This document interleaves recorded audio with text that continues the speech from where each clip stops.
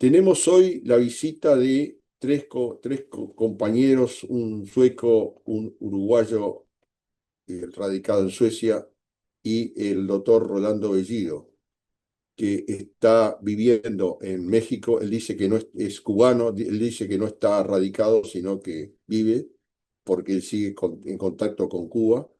Y bueno, eh, Rodrigo Marrero Paler, Mm. nacido en Moeda, Suecia, en 1975. Es músico, educador, documentalista y chamán, interesado desde su infancia por la historia de los pueblos originarios del continente americano y específicamente del Río de la Plata. Su padre, Daniel Marrero, uruguayo, nacido en Montevideo en el 35, reside en Estocolmo, Suecia, desde 1975. Desde su juventud experimenta con la pintura, la cerámica, la escritura. Su formación profesional es en las artes gráficas.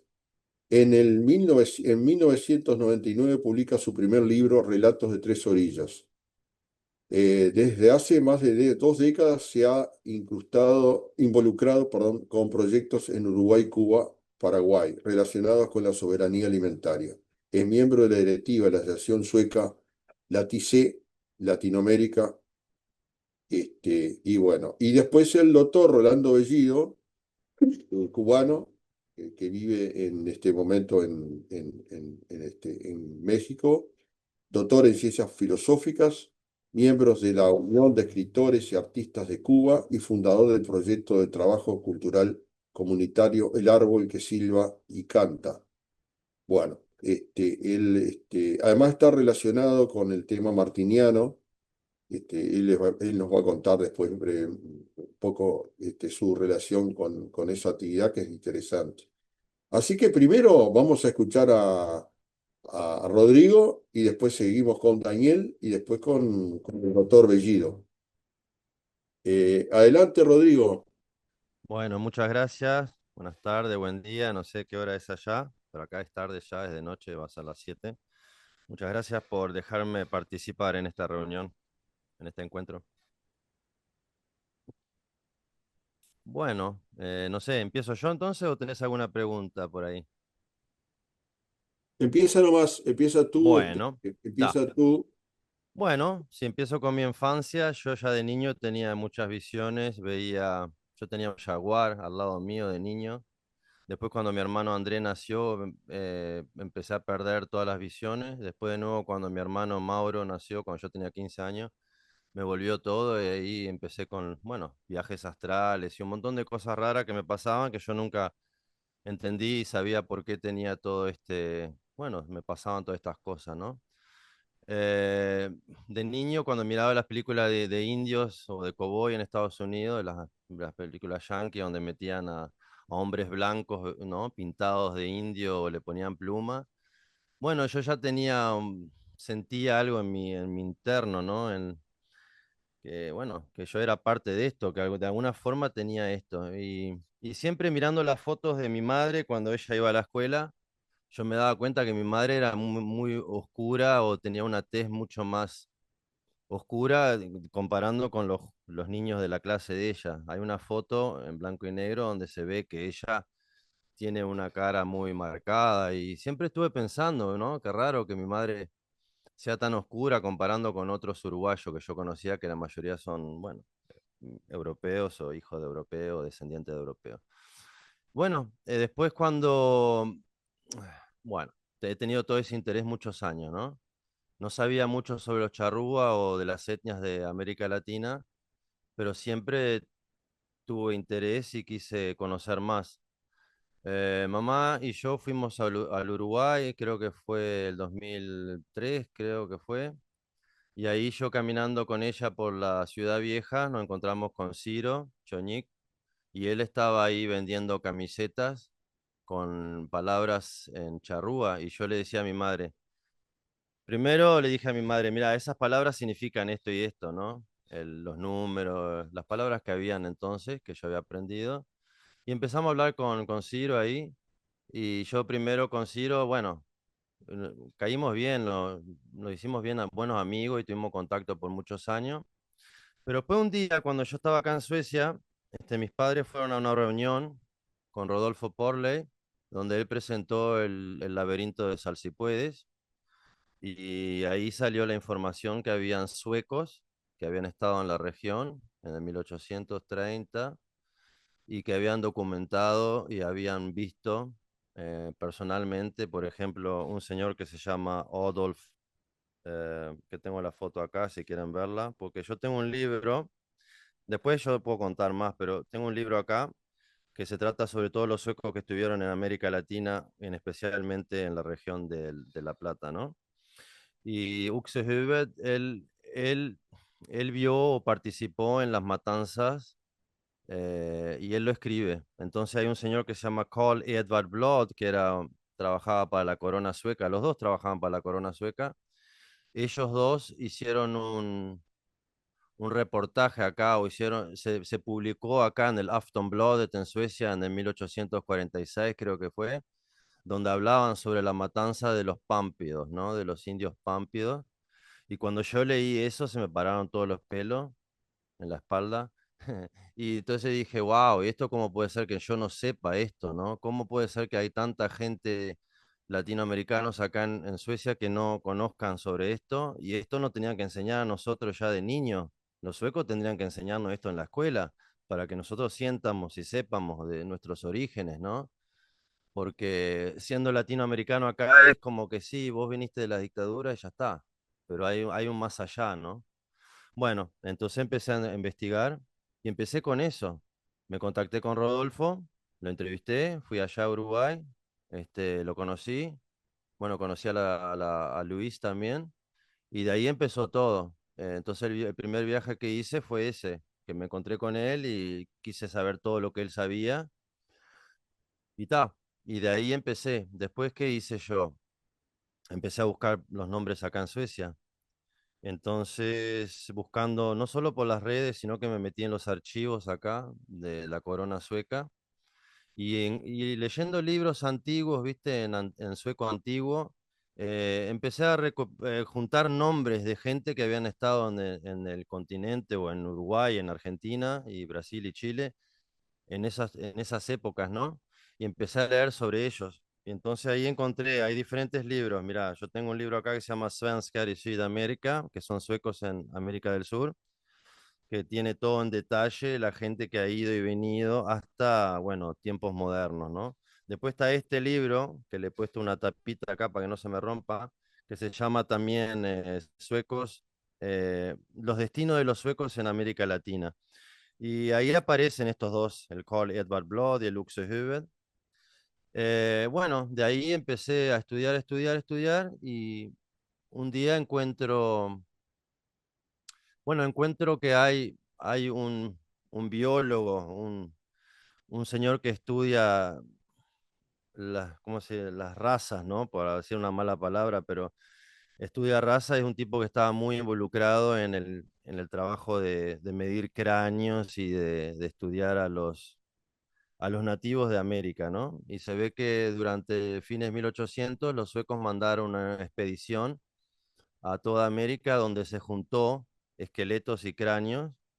Y cuando yo encuentro eso en los libros, yo tomo contacto directamente con el Instituto de Carolina acá.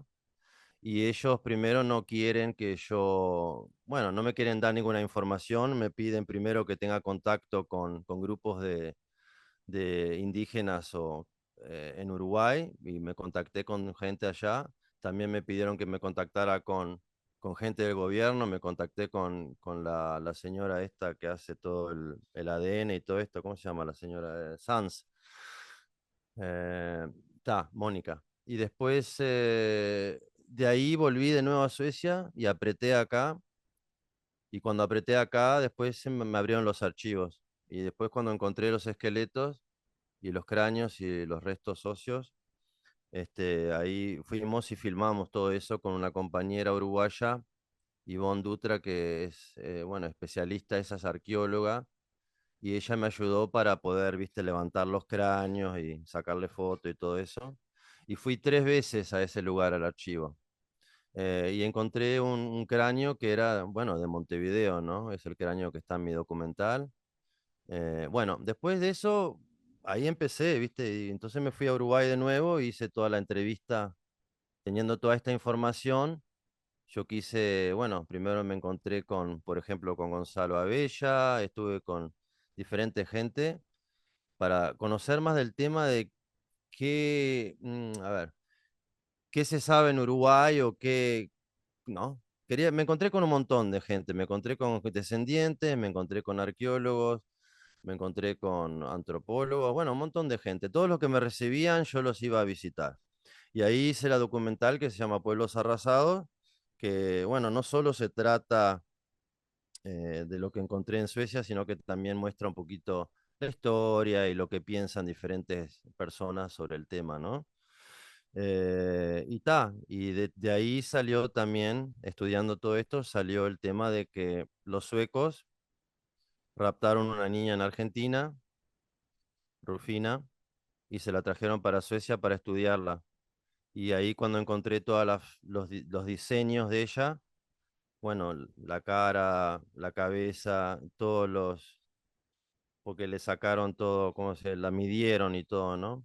Y cómo la describían, ahí se me pararon los pelos de punta y dije, bueno, es así, los suecos están metidos en esto también, ¿viste? Raptando gente y ta. Y después quedó ahí. Después, un tiempo después, papá me dice, mira, escribí una historia sobre Rufina y esto y lo otro. Y digo, ¿cómo? Perfecto.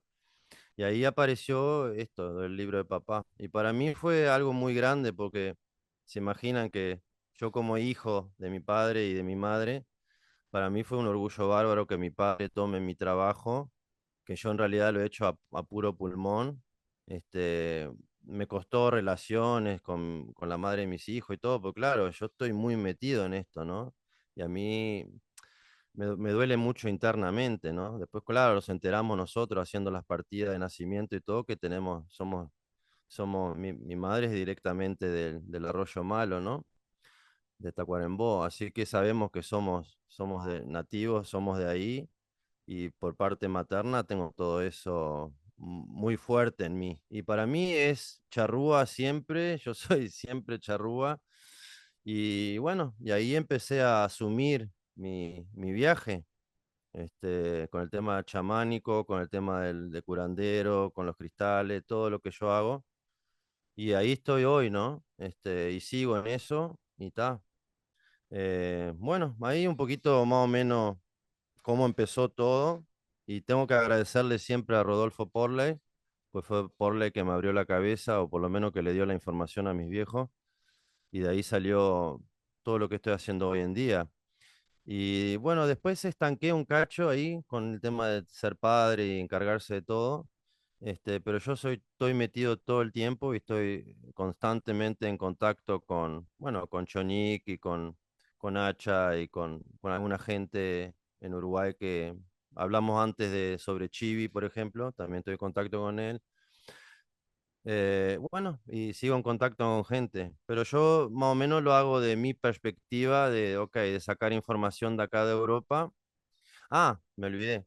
Tomé contacto con el Museo del Hombre en París, hablé con una persona ahí porque nos enteramos que están bueno, las partes personales de Senac, Senaca o Senaque, como se dice en Uruguay, pero yo le digo Senac, están ahí, ¿no? En el Museo del Hombre. Entonces me tomé contacto con ellos para poder recibir información sobre el tema y esto y lo otro, con un francés allá en en el museo. Y también me contacté con diferentes museos en Europa, por ejemplo, Dinamarca, Alemania, en Salzburg, donde hay restos todavía, y todavía hay no solo restos, sino que ropa y flechas y cosas que se han robado de allá, ¿no?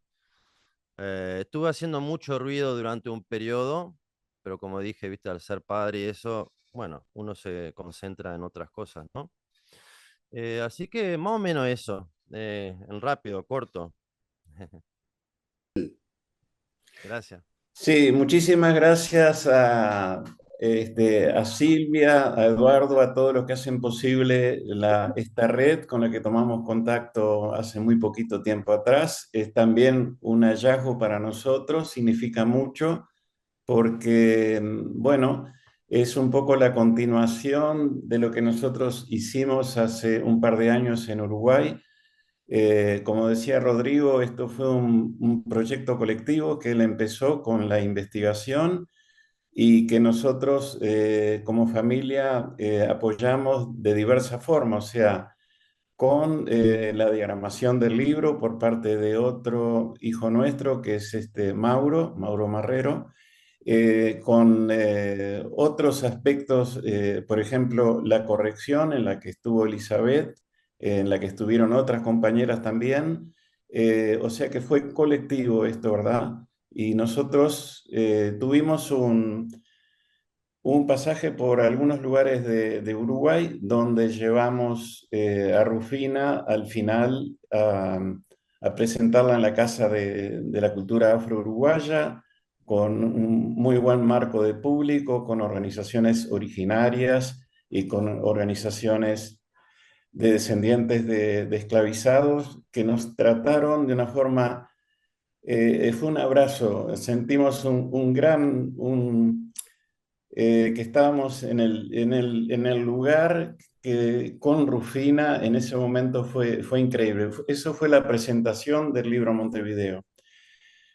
En ese marco de público, bueno, se dan muchas cosas y se da la fuerza de tenerla presente en todo momento, ¿verdad? O sea, fue increíble. Fue en un momento, les cuento esto, que fue en un momento de seca muy prolongada en el país y justo el día que nosotros presentamos el libro, llovió a cántaros. Fue como que ella hubiera traído la lluvia. Es decir, bueno, fue un abrazo que se continuó en Baltasar Brún, en el norte de nuestro país, en el corazón de Artigas. Allá nos fuimos a conversar con los vecinos y con gente que estuvo interesada en el intercambio. Hicimos lo mismo en Bella Unión, en el Pro Museo. Allí tuvimos contacto con organizaciones locales, indígenas y con un público que muy atentamente siguió nuestra presentación del libro. En el caso de Bella Unión fue muy, muy cercano también. No sé si de una forma diferente tal vez, si se notaba más, bueno, Se la toca el gente fútbol. después de... ¿Perdón? No, la gente reaccionó muy bien y fue un contacto muy profundo, o sea, que dejó mucho para nosotros, ¿verdad? Luego, al final, fuimos a Zapucay, un encuentro cultural que está en Canelones, un espacio que también tuvimos la oportunidad de estar con otro tipo de público y además estuvimos en contacto con medios de prensa locales, con radios e inclusive con el Canal 8 de televisión en Bella Unión y otros medios de prensa como la Asociación de Prensa del Uruguay. Bueno, en cuanto a concebir a Rufina, ha sido un viaje en el cual el exilio me dio las herramientas para tratar de interpretarla, tratar de empáticamente sentir que un poco lo que ella había sufrido en todo el secuestro, como decía Rodrigo, en todo el rapto, en todo el episodio del viaje de Argentina para Uruguay, el pasaje por Montevideo, y también en ese encuentro tengo me doy cuenta que el otro puntal del libro tiene que ser el tema de las personas esclavizadas que estaban llegando por miles al puerto de Montevideo por allá por 1842, cuando oficialmente es la abolición de la esclavitud. Esto es muy importante porque pienso que hay un lazo muy fuerte, cultural, familiar, entre los esclavizados y entre los pueblos originarios en Uruguay. Y un poco toda lo que se refería a Rodrigo, la matanza de Salsipuedes, que fue el último el último o primer acto antes de fundarse el gobierno, el Estado en Uruguay, que fue el primer presidente Rivera que lo realizó. Esto hace ver que todo esto tenía una conexión, ¿verdad? Una conexión histórica en un momento que estaban interviniendo en el país potencias extranjeras y como siempre ellos, en este caso los pueblos originarios, pagaron la peor parte de todo esto, ¿no?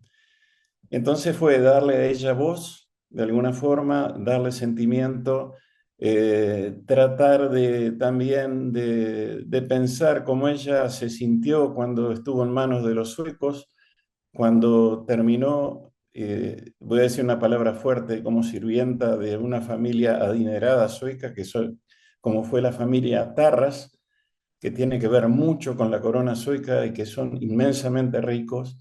Entonces, sentir un poco, interpretar lo que ella vivió me pareció que era un pequeño aporte, un pequeño dar como luz a todo esto que Rodrigo había encontrado en los archivos, ¿verdad?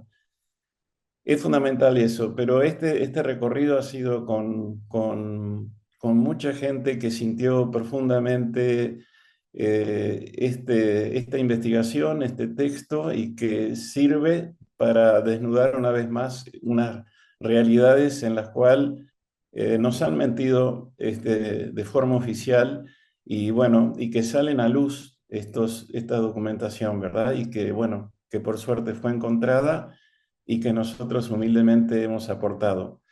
Y creo que, no sé si estoy en tiempo, pero me parece que si tienen alguna pregunta más, por favor la hagan. ¿Puedo meterme rápido, papi? Sí, Taras es el primer cónsul en Uruguay cuando se hace que cónsul. nace, el cónsul general consul, claro, en Uruguay y después lo hacen en Argentina, ¿no? Con los problemas que había entre venta de armas entre los suecos con Argentina y Uruguay. Después lo otro que dijiste recién que fue más, se me escapó. No, era eso nomás que quería decir, perdón.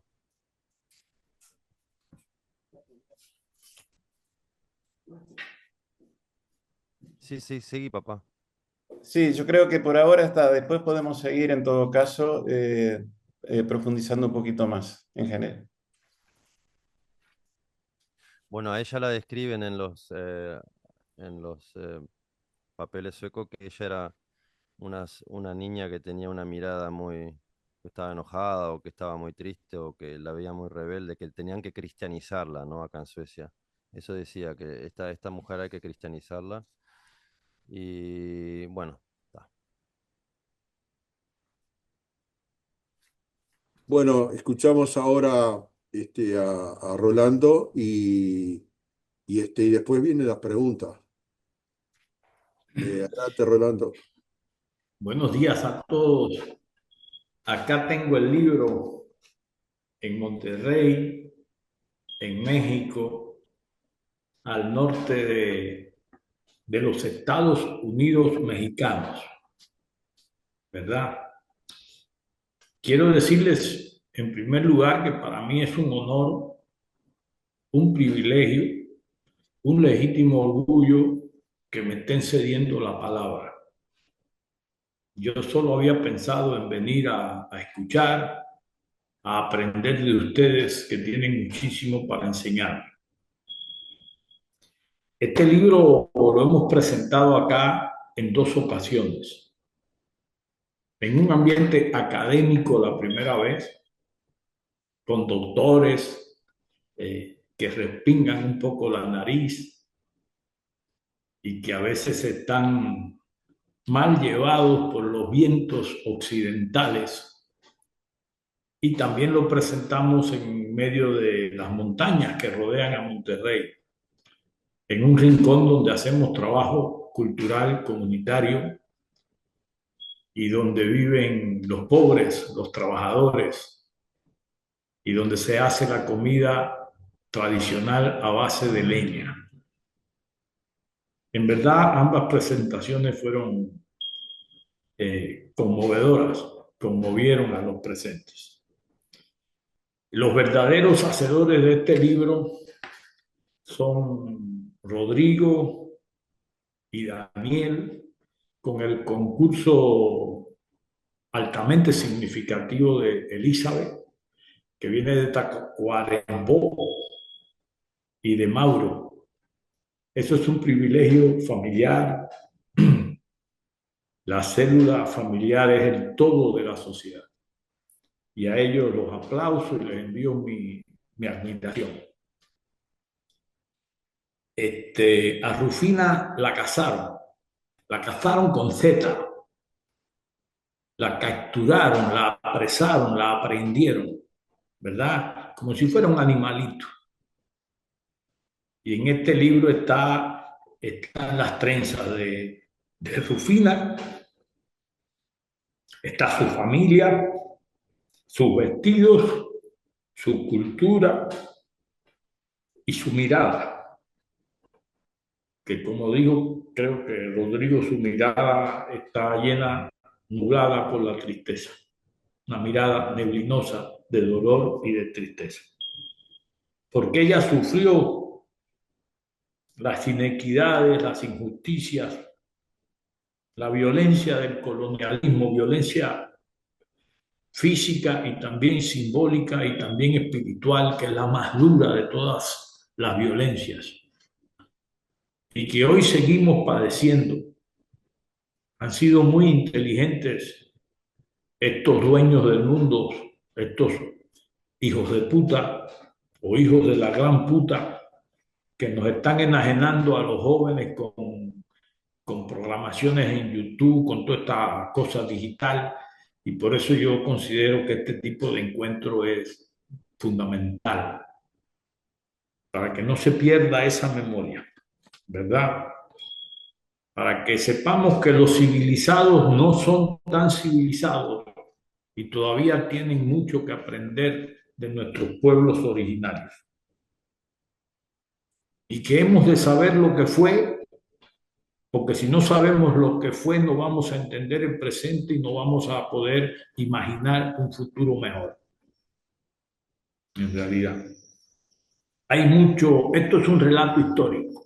Esto es un relato histórico con una documentación histórica sacada de los archivos, digamos, oficiales, reales, con pruebas empíricas, indiscutibles, ¿verdad? Y es una contribución que han hecho Daniel, Rodrigo, Mauro, Elizabeth y todos los que colaboraron ahí a la conservación de la memoria histórica y también al mejoramiento humano.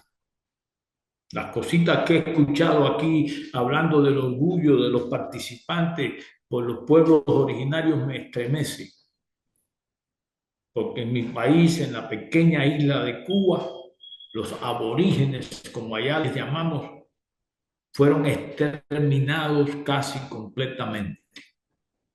Apenas quedaron vestigios de ellos en vasijas de barro fragmentadas y en la toponimia geográfica del paisaje, algunos nombres, etc. Pero bueno, sí transmitieron un potencial genético, porque las últimas investigaciones genéticas han confirmado que en Cuba la población también tiene un componente genético de los pueblos originarios, aunque casi fueron exterminados por completo. En Cuba admiramos infinitamente al Uruguay,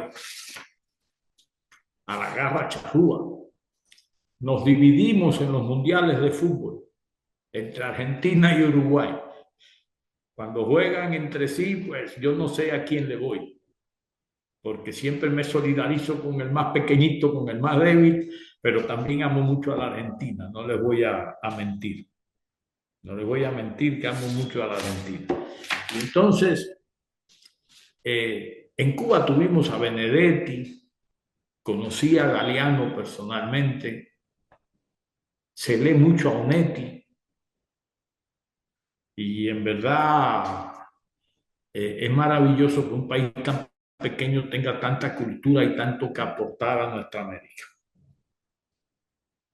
Sinceramente amamos al Uruguay, a los charrúas, al pueblo uruguayo y a los pueblos de nuestra América. Y ese es un mérito extraordinario del pensamiento, del sentimiento y de la vida y obra de José Martí. Indiscutible. Indiscutible lo que puede hacer el pensamiento, lo que pueden hacer las ideas cuando van con belleza formal y sentimental. Martí nos dijo que la historia de América había que conocerla primero que la de los arcontes de Grecia. Esto es lo que están haciendo aquí Daniel y Rodrigo, poniendo nuestra historia, el pan cotidiano por delante, por encima de la que nos quieren vender, que nos venden comida chatarra y nos venden historia chatarra también. Aquí yo lo padezco en Monterrey. Y Martí también nos enseñó: injértese en nuestras repúblicas el mundo, pero que el tronco sea el de nuestras repúblicas. Eso es extraordinario. Yo me admiro de la vigencia, de la actualidad, de la riqueza, de la significación imperecedera de las ideas de Martí, que 100 años después de su nacimiento estuvo asaltando el cuartel Moncada, que prendió la llama de un proceso revolucionario, porque un principio justo desde el fondo de una cueva puede más que un ejército. Y por eso es mi admiración por todos ustedes, porque Martí también me dijo que con un pequeño puñado de grandes compañeros y amigos se pueden lograr las más grandes cosas. Y eso es lo que estamos logrando aquí. Somos muchos en calidad, que es lo que importa. Tenemos que hablarnos más. Tenemos que comunicarnos más. Tenemos que intercambiar nuestros saberes. Le voy a hacer una crítica a Daniel. Yo no sabía la pasión, la gran obra que tiene acumulada Rodrigo, todo lo que hace.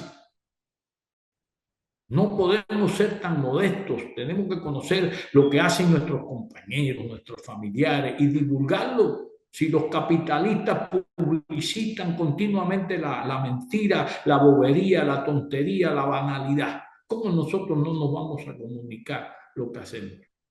Por eso agradezco tanto a Daniel y a Rodrigo que me hayan invitado, a ustedes, queridos compañeros. Y finalmente les quiero decir un poema de mi hermano argentino Naum Polisud, de un poeta turco. A pesar de los problemas que hay en el mundo, sigo pensando que el más bello de los mares es aquel que no hemos visto.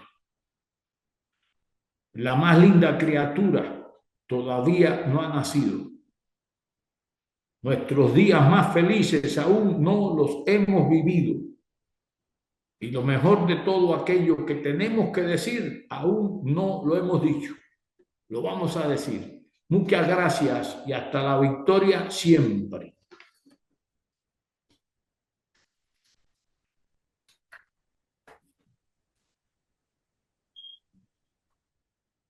Bueno, muchas gracias, Rolando, con mucha fuerza y con mucho sentimiento y con verdades ineludibles, y llamando las cosas por su nombre.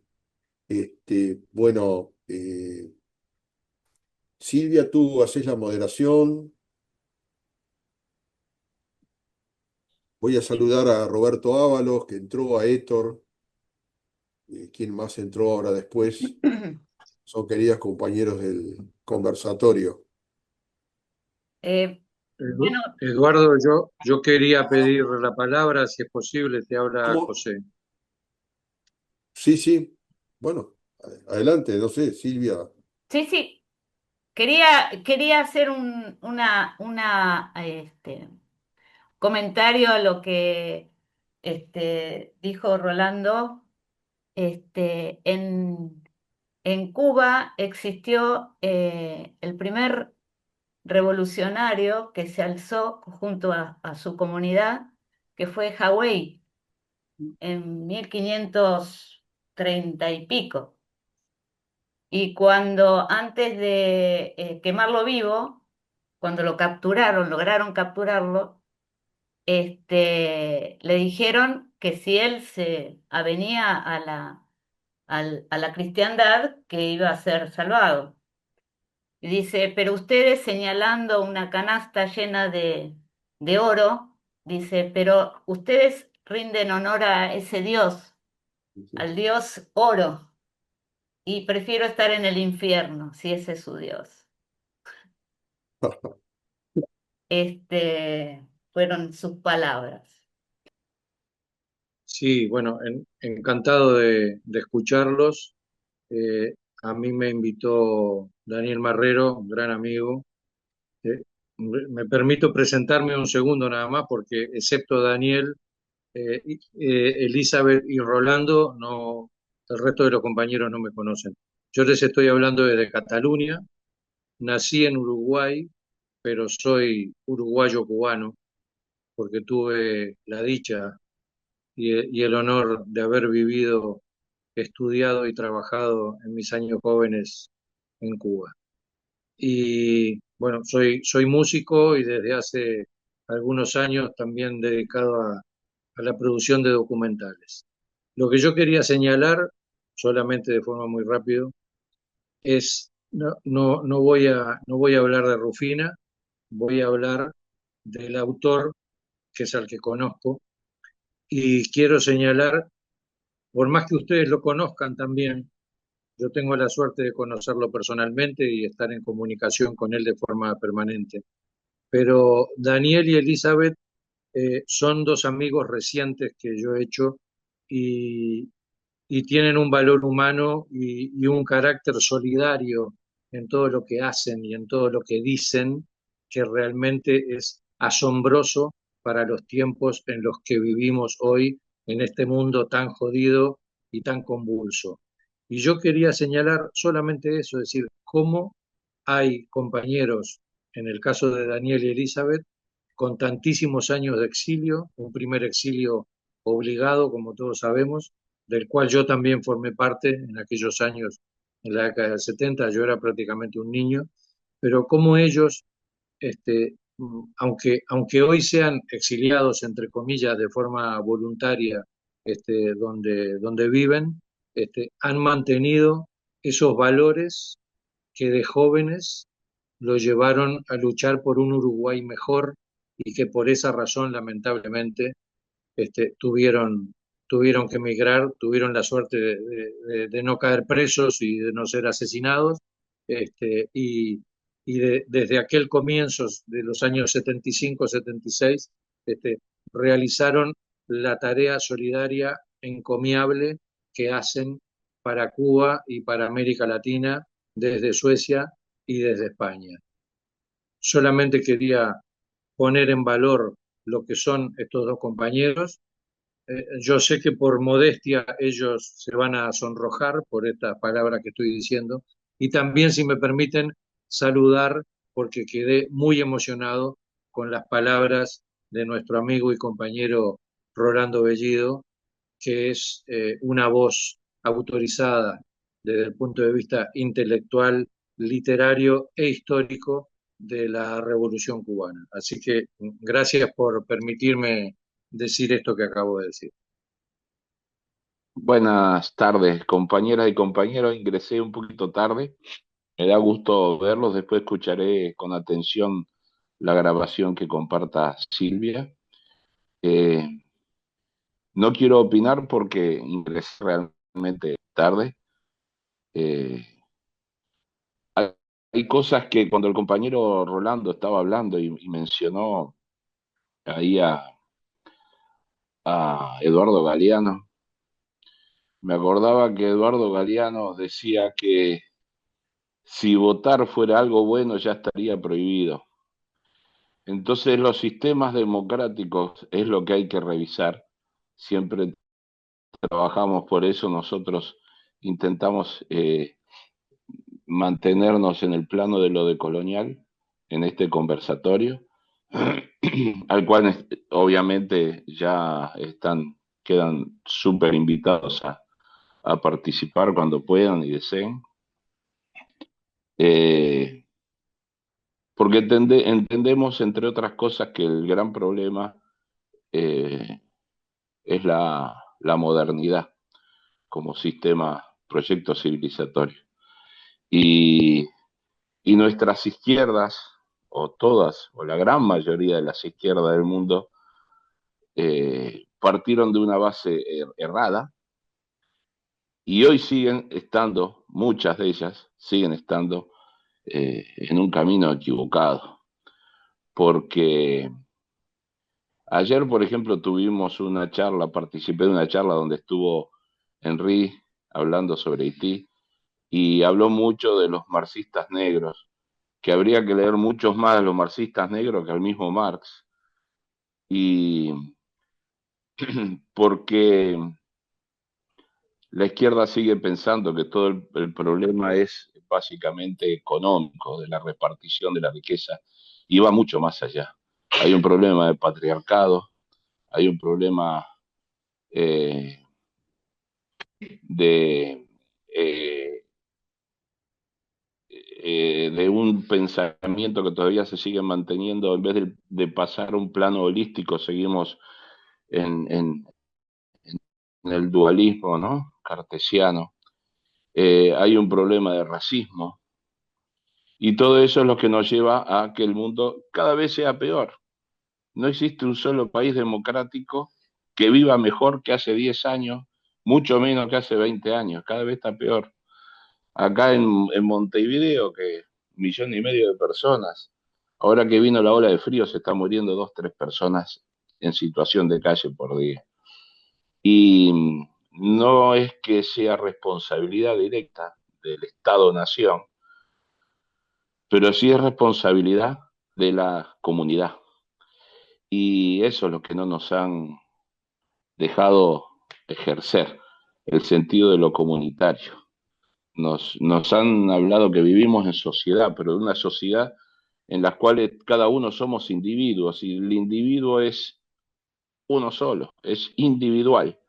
Nos formamos parte de la comunidad y nos cuesta cada vez más integrarnos en la comunidad. Eso se me ocurrió pensar cuando estaba escuchando atentamente las hermosas palabras de Rolando, que hablaste de Martí y casualmente, o no casualmente, también se me vino a la cabeza que Martí fue cónsul uruguayo en Nueva York, creo que fue cónsul uruguayo. Así que bueno, hay cosas que están unidas, como siempre. Bueno, les agradezco, un gustazo conocerlas y conocerlos, un gusto ver gente conocida y, y a las compañeras y los compañeros de siempre, ¿no? Gracias, Rubén. Le doy la palabra a OIPIP y después lo invito a Bella, al profesor Abella, a que interpele a los expositores. Sí, hermano, adelante. Bueno, cuando empecé dije, bien, ¿a qué seré yo, Yui Nambi? Para los charrúas en este momento es nacer del sol. Yui Nambi quiere decir el sol renace. O sea, es como de repente para la comunidad europea o la cultura generalizada dice sería el año nuevo, ¿no? Estaba escuchando a los expositores y para nosotros hacemos un análisis bien distinto. Este, lo que ustedes llamaban de repente revolución, para nosotros fue la consolidación de estados, y la consolidación de estados, en definitiva, tiene que ver con un proyecto civilizatorio que fundamentalmente respondía a dos filosofías, la católica y la masón, que en ese momento estaban unidas. Este, entonces, para nosotros, escribir la historia o describir de repente qué es revolucionario, qué no es revolucionario, es bastante complicado, o qué es colonialismo y qué no es colonialismo. Es bastante disidente a lo que han planteado de repente. Este, nosotros entendemos que tanto izquierda como derecha siguen respondiendo a las estructuras de Estado, que en definitiva, este, por ejemplo, Uruguay es un Estado laico y fue justamente porque se separó la masonería del catolicismo. Entonces, en definitiva, estamos respondiendo a un sistema civilizatorio que fue hegemonizado por, este, por la masonería. Y el resultado que hay ahora, o sea, eso que llaman globalización y todo eso, está supeditado a eso. Y tanto la izquierda como la derecha responden a eso, a esos mecanismos. Por ejemplo, a veces a nosotros los movimientos indígenas se los asocia un poco con la anarquía.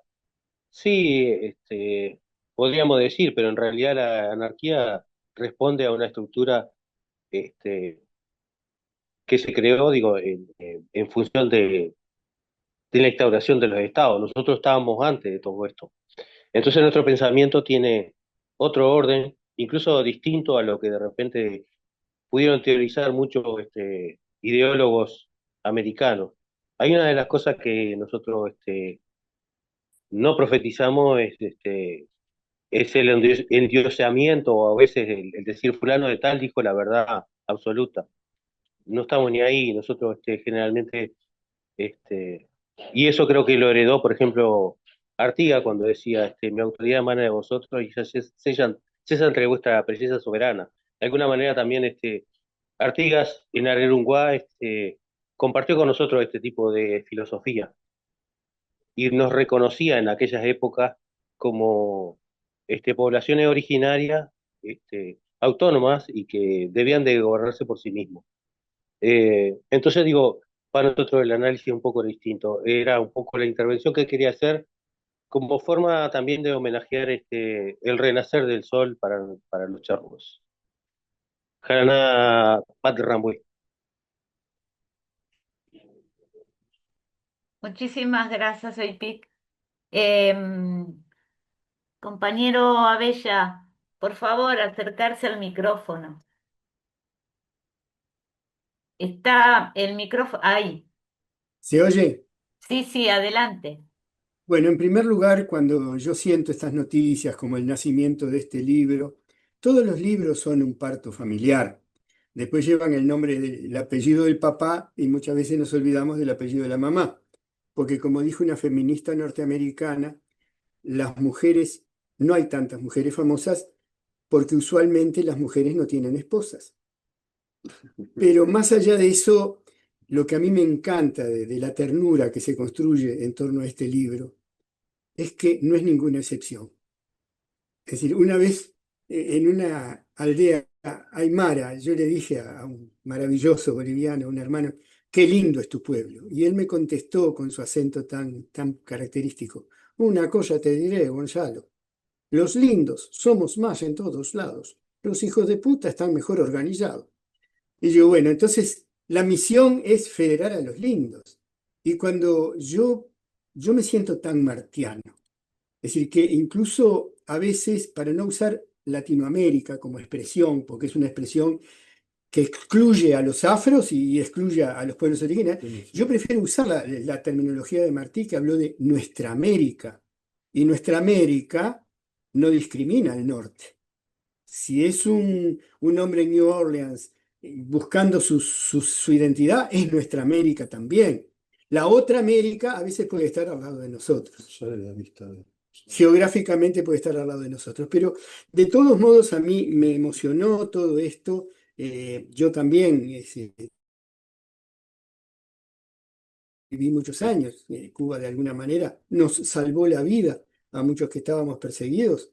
Eh, y bueno, y sí es cierto, es decir, a mí me decían en Cuba que quizá los huellas de la cultura amerindia en Cuba, Siboney y Taína, estaba en un baile que se llama el areíto, que tiene una modalidad rítmica diferente al guaguancó y a otros ritmos que son claramente esa maravillosa influencia afro, ¿no? Pero bueno, quiero simplemente saludarlos, decirles que uno va sigue recibiendo información, que en nuestro país y en Argentina hay muchísimos jóvenes que están interesados en estos temas, muchísimos jóvenes. Lo que pasa es que no nos oyen a los viejos, es decir, prefieren construir la verdad por ellos mismos, bien por ellos. Nosotros estamos muy vinculados ahora con Isabel a los hermanos de Entre Ríos, que tienen un estudio académico que se llama Las Cátedras del Chamamé, que están tratando de encontrar en la letra mitad guaraní, mitad castellano, de ese ritmo tan especial que es el llevamos a memé, o como decimos nosotros chamamé, están encontrando claves culturales impresionantes que se describen también y se descubren cuando uno hace análisis de textos muy antiguos. A veces los folcloristas, por pintoresquismo, recogen elementos de las prácticas culturales que ni ellos mismos se dan cuenta de su valor y que 50 años atrás, releyendo esos textos, los volvemos a encontrar.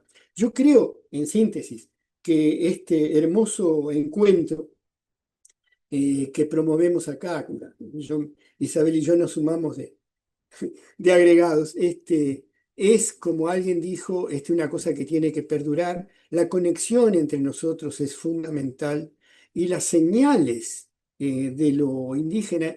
El Uruguay tiene una característica, es un estado que no tiene aldeas, tiene una vivencia indígena mucho mayor de la que creen en la capital, pero no tiene aldeas. Incluso las lenguas indígenas se van deformando mucho más. Fíjate, para poner un ejemplo, charrúa podría tener un montón. Por ejemplo, nosotros al pequeño armadillo le decimos mulita, que es una deformación de la lengua charrúa, mautiblá. Y que un español quedado perplejo dice, pero está loco, esto no es una mula pequeña. Pero le decimos mulita porque deformamos para ese pequeño armadillo, que en guaraní es tatuí, en charrúa le decimos mautiblá. Y ahí quedó lo de mulita. Bueno, y se han deformado las palabras. Y por suerte hay gente, como hoy Pico Dimar, que están reconstruyendo eso. Ahora, en cuanto a lo que decían de las elecciones, ya Engels, en la época de Marx, decía, las elecciones democráticas son la oportunidad que nos dan los ricos de elegir quién se va a burlar de nosotros los próximos 4 años. Y es así. Lo que pasa es que yo creo que no hay que desperdiciar ninguna tribuna ni hacerse ilusiones en ninguna tribuna, pero no desperdiciar, no regalar, no dar la espalda a cualquier juego, a cualquier oportunidad que tengamos de expresar una propuesta. Y bueno, y Martí también, terminar con eso, fue la fusión más intuitiva y más conceptual de lo autóctono y lo que venía de Europa como las nuevas ideas. La crónica que hace Martí, por ejemplo, sobre los mártires de Chicago, te muestran ese espíritu universal que es el que nos debe regir desde nuestros pueblos originarios. Muchísimas gracias por invitarme, feliz y sigo oyendo. Bien, no, la intervención mía es que, digamos que sencillamente yo quedé sorprendido en el Museo de la Plata, el Perito Moreno, el famoso Perito Moreno, que en realidad fue perfectamente un genocida de los pueblos, ¿no? Acá pasó algo raro. Perdón, ¿me están viendo ustedes? Ah, sí, no, está bien, porque me apareció una cosa rara. Ahora sí. Bueno, y ese museo, que es espectacular, es un museo, yo diría, cuando uno entra, ¿lo conocen ustedes, el Museo de la Plata? Yo he estado ya 2 o 3 veces. Cuando uno entra, parece, digamos, que está en una novela de Julio Verne, por la construcción adentro. Afuera tiene, creo que son unos leones que son espantosamente espantosos, porque es un invento raro.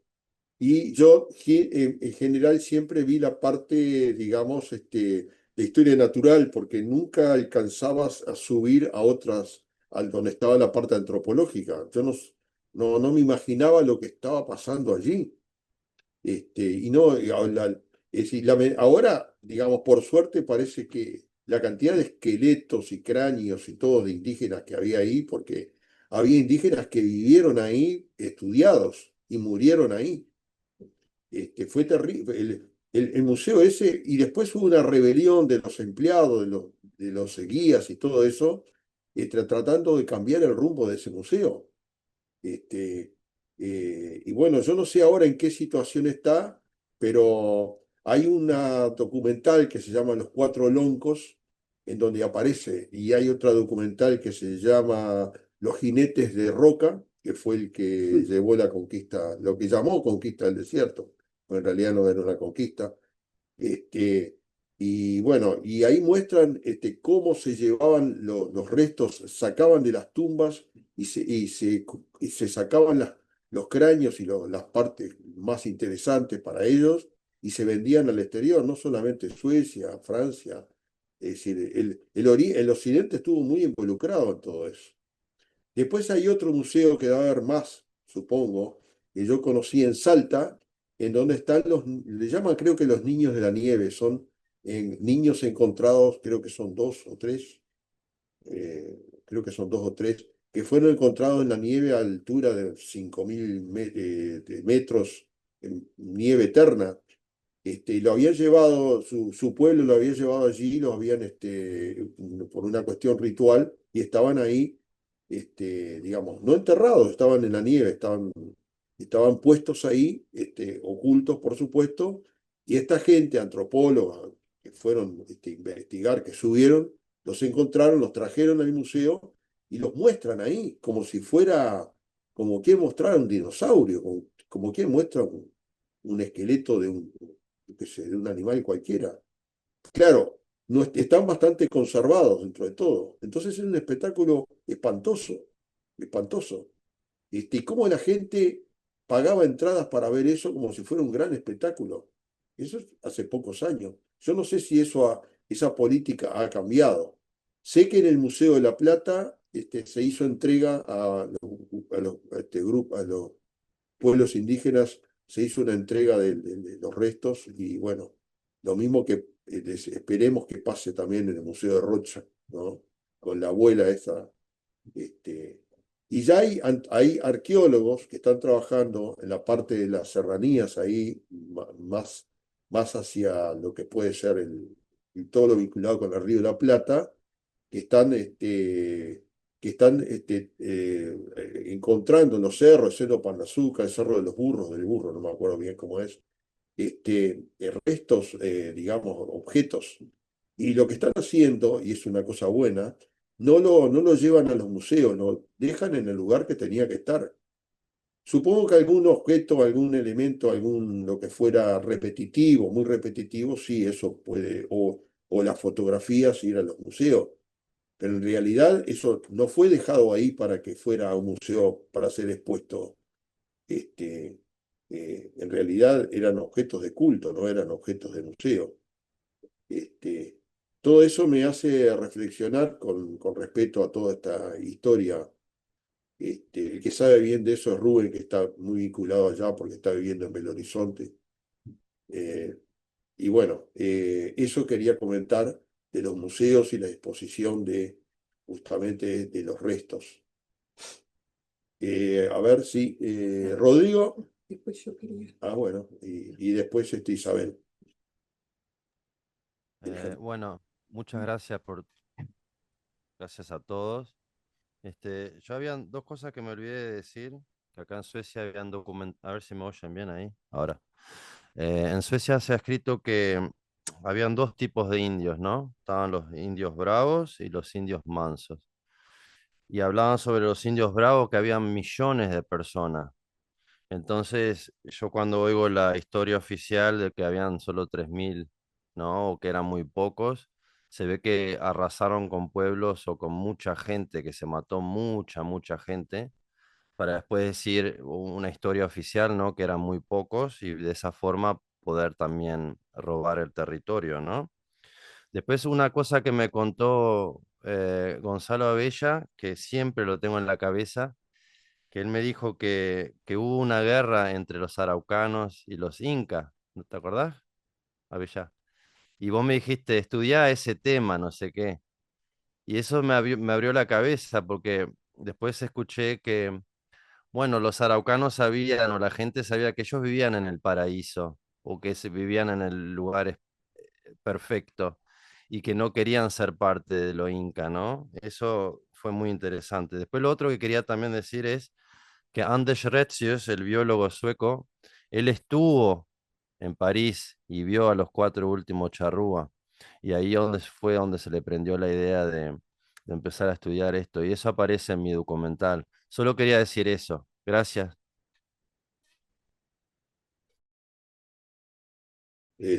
Bueno, Bueno, Isabel sí, tiene la palabra. sí, buenas tardes a todos o buenas noches por allá.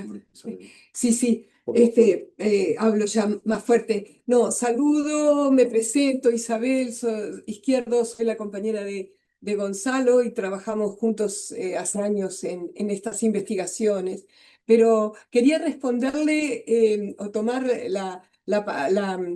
el desafío de Rolando, ¿no? Del compañero Rolando. Yo soy docente, ¿verdad? Y esto él que decía que teníamos que, bueno, y Gonzalo también, ¿no? Federarse los lindos, pero llegarle a mucha más gente. Tú decías, Rolando, de cómo la prensa nos desborda con programas terribles, alienantes, y cómo nosotros no podemos llegar. Entonces, ¿cómo poder pensar de llegar a los jóvenes? Porque los jóvenes son los que tienen en este momento, como yo pensaba en Rodrigo. Rodrigo vivió en un hogar donde estos temas le importaban y entonces la semilla sirvió, ¿verdad? La semilla creció. Entonces, Rodrigo es lo que es porque tuvo atrás un sostén. Entonces nosotros necesitamos poder llegar a todos estos jóvenes. Y yo sigo pensando que los jóvenes tienen gran sensibilidad porque cuando aparece el tema pueblos originarios o aparece el tema de los afrodescendientes, el tema de la esclavitud, están presentes, ¿verdad? Se inquietan y participan y averiguan e investigan. Lo que tenemos que lograr es poder, yo pensaba, haciendo un paréntesis, esta instancia que estamos teniendo, en la cual es tan rica, hacerla en las clases, en las aulas, ¿verdad? ¿Cómo no poder contactarnos con profesores que sabemos que estarían muchísimos profesores dispuestos, no solo en Uruguay, en la Argentina, como ahora contábamos, ahora la semana que viene vamos a Entre Ríos, a estas cátedras del chamamé, es decir, gente que se preocupa por mantener la memoria, por mantener la identidad. Somos muchísimos. Yo hoy me estoy enterando de una cantidad de aspectos que no conocía. O sea que lo que nos falta es eso, es esa comunicación de poder llegar a los centros educativos, que sería donde la siembra sería la más fructífera, ¿verdad? Porque tenemos que apostar sí a las escuelas y sí a la secundaria, ¿verdad? Entonces creo que nos queda esa tarea para poder plasmarla y hacerla efectiva. Gracias, eso era lo que quería aportar. ¿Alguien más pide la palabra? Sí, Eduardo. ¿Quién? Daniel. Sí, adelante. Elizabeth se suma en este momento, está acá. Bueno, hola, Hola. buenas noches. Sí. Yo soy Elizabeth, la compañera de Daniel y la mamá de Rodrigo. Estaba acá de costadito para no perturbar la imagen. Bueno, encantadísima de conocerlos a todos y me ha parecido una charla excelente y sobre todo por encontrar esta diversidad, ¿verdad? Que es de lo cual hace un ratito todos o muchos hacían hincapié, esa diversidad que nos une, que no nos separa, que es lo fundamental. Yo quería hacer algunas apreciaciones. Eduardo, tú comentaste sobre el Museo de la Plata y hace exactamente un mes y medio, 2 meses, a raíz de todo el desacomodo que está viendo la Argentina y bueno, no sé si está totalmente disuelta, pero la Comisión de Derechos Humanos y el trabajo por el tema de derechos humanos, en el Museo de la Plata había un grupo que es en realidad una asociación, pero que muchos de ellos pertenecen a la Comisión de Derechos Humanos, que trabajaron muchísimo el tema que tú contaste cuando se hizo ese descubrimiento de, son en realidad 10.000 este, mm, restos óseos que habían en los subterráneos del museo, ¿no? Entre ellos hay dos jefes, yo creo que eran, si no estoy equivocada porque lo tengo acá, pero creo que eran de las, a ver, venían peleándola, exigiendo que se les recuperaran los restos de estos dos jefes, caciques, Loncos, los loncos, ¿cómo? loncos, No, no, son los, espérate que lo loncos tengo jefe. acá, porque lo busqué mientras todos hablaban, Huichi, Huichi, sí. y fueron entregados formalmente, de una forma formal, durante el gobierno de Fernández, que se hizo incluso todo un ritual y algo, parece que bueno, pero todo ese trabajo que se estaba haciendo ahora ha quedado paralizado. Y hay una documental que es que justamente cuenta bien cómo empezó el trabajo de esta asociación, ¿no? Y cómo después se unió a la Comisión de Derechos Humanos, que se llama La llegada de los cautivos de la ciencia. Y la recomiendo, son varios capítulos, está muy bien hecha por la Televisión Nacional Argentina. Eso era uno. Y otra cortita. Hago totalmente de acuerdo con lo que tú decís, Isabel, que es el tema del trabajo, fundamental el trabajo con las nuevas generaciones. Yo, bueno, como Rodrigo contó, si bien lo percibía, pero bueno, no tenía constancia, descubrí de adulta los orígenes de mi familia materna. Pero dentro de mi propia familia hay una gran negación, porque todavía no está bien visto, y cómo se te ocurre estas cosas, y bueno, hasta que uno, bueno, puede mostrar algún tipo de documentación o para... Entonces es muy importante, y ahí yo sé que la Asociación Choñic está trabajando mucho con los chicos en los colegios. Y eso me parece que es sumamente importante, sumamente importante. Así nos parezca algo así, están haciendo alguna música, no, sumamente importante. Darle a los chicos la posibilidad del conocimiento, pero también crearle esa curiosidad y saber de dónde provengo, porque nos han dicho que todos somos europeos en Uruguay y vamos descubriendo cosas que no queremos muchas veces saberlas.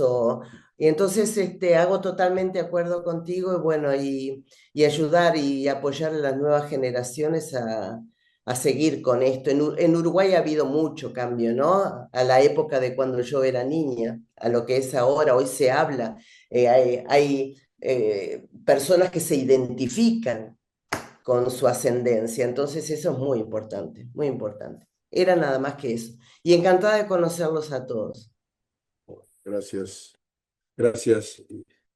Ahí A ver, Daniel, Rolando pide la palabra. Daniel. No, Rodrigo. Rodrigo, Pero está Daniel. Sí, Rodrigo. Bueno, Está funcionando. dos cositas. Muchas gracias, mamá, por decir eso de Choñic, porque es lo que quería decirle a Isabel, que yo sé que hay gente que, como Choñic, el grupo Choñic, que va a las escuelas.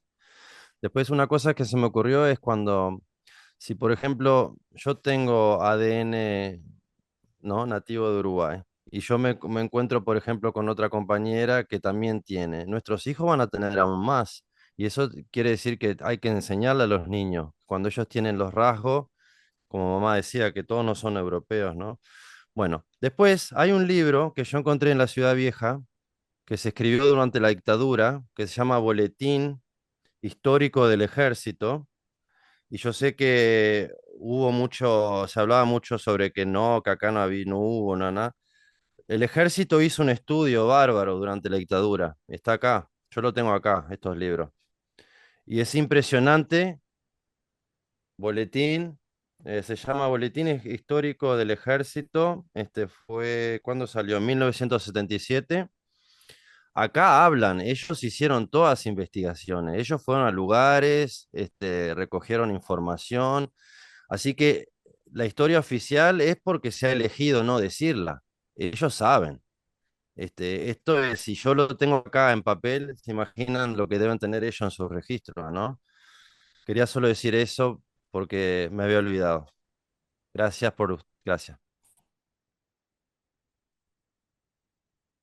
¿Quién quiere hacer uso de la palabra, preguntar, comentar? Hay muchas cosas para comentar, ¿no? Este, Elsa, tú que estás en Durazno, tenés mucha información de ahí de Durazno.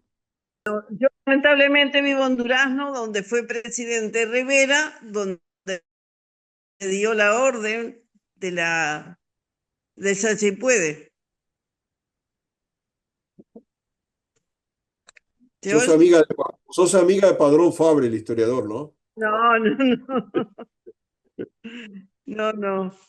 Pero sí, voy seguido a lo que se llama el Museo Rivera, que queda a 2 cuadras de mi casa. ¿Me vas a rezar ahí? No, no, no, voy a dar clase de pintura. Pero sí, ahí está su escritorio, todo. Ajá. De donde salieron las órdenes de Rivera para el salchipuede y otras hierbas. Muy bien. Muchas gracias, Elsa. No sé si Bueno, hace algún otro comentario. no, no, Bueno, no es muy... les comento, a ver si estoy acá. Les comento que para mí fue todo una odisea y un encuentro muy satisfactorio encontrarme con Daniel, después con Rodrigo, con Rolando. Y bueno, primero lo hice por el lado de en Malme, que vive Juan Cano, ¿no? Y lo llamé a Juan Cano me dijo, sí, yo conozco, ellos están en Estocolmo, y por ahí me conecté primero con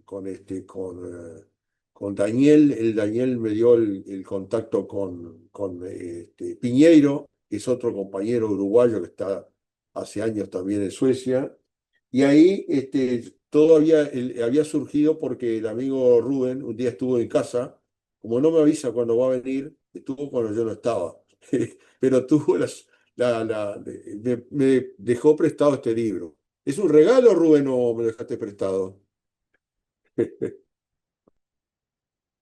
Bueno, Era un préstamo, pero si usted se lo quiere quedar con gusto, después me lo volvés a prestar. no sé, no, yo siempre con los libros, no, yo se lo voy a devolver, sí. Con los libros yo digo, no es que alguien no quiera devolver, sino que los libros se quieren quedar, dice. No sé. Pero bueno, está, yo voy a conseguir una otra vez. Este libro, que fue editado acá, que se llama Abiyala, Genocidio y Esclavismo en la Cuna de la Modernidad, escrito por Juan Carlos Piñeiro, que también vive en Estocolmo.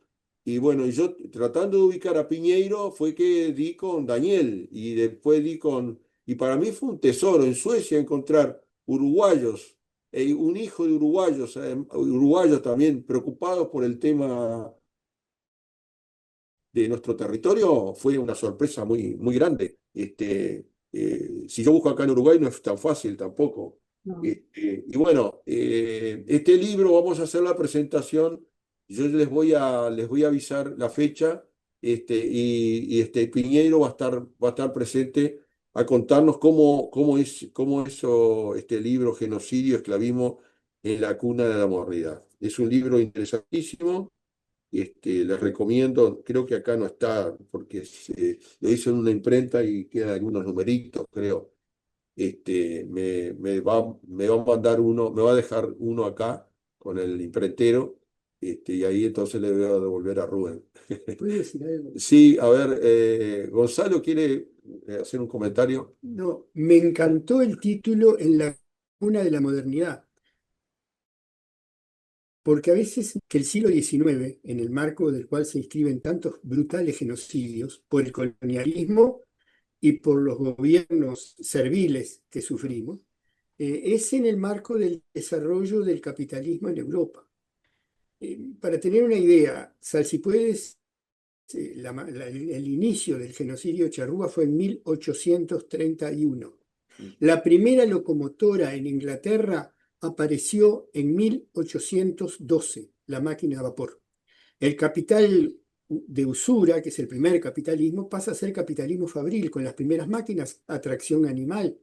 Y el gran tema de esa Europa que está empezando a desarrollarse, con un capitalismo que es más nacional, todavía no existe la fase imperialista, es un capitalismo que el empresario alemán explota a obreros alemanes y el empresario inglés explota a obreros ingleses. Bueno, Queda todo en casa. queda todo en casa. Pero lo que es imperioso en ese nuevo capitalismo de acumulación ampliada es la materia prima. Y la materia prima exige una nueva mirada sobre colonias y sobre la trata de esclavos. Es decir, un esclavo en la época de la antigua Roma podía tener ojos azules. La esclavitud pensada por el siniestro imperio de Gran Bretaña en el siglo XVIII y siglo XIX necesariamente es subsahariana. Y esos esclavos no van a Inglaterra, van a las colonias donde está la materia prima, minerales, plantaciones, ganado. Y eso es un elemento muy importante para dar un contexto a todas las masacres siniestras que existieron en el siglo XIX. Bien decía Marx que el capitalismo nace chorreando sangre por todos sus poros. O sea, no es solo la explotación brutal de los obreros, de los niños obreros, de las mujeres obreras en las metrópolis, sino que el saqueo, esclavitud y sometimiento y exterminio a veces de los pueblos originarios está mezclado. Me encantó, quería hacer este pequeño comentario sobre el título, ¿no? En la cuna de la modernidad. Claro. No podemos olvidar que Europa es. No es la Europa burra sola de los reyes católicos, no. Es una Europa que está invirtiendo en eso y que cuando la Revolución Francesa dijo libertad, igualdad, fraternidad, los esclavos franceses en Haití dijeron, qué bueno. No, papeles, no. La esclavitud la seguimos necesitando. Claro. Sí. Bueno, permiso. Sí, Rolando, adelante. Permiso, mis queridas compañeras y compañeros. Lamentablemente a la una le había dicho a la una de acá, le había dicho a Daniel que tengo un asesoramiento doctoral, pero me quedo con 3 grandes aprendizajes por parte de ustedes. Uno tiene que ver directamente con todos, que es la necesidad en que estamos de promover con mucha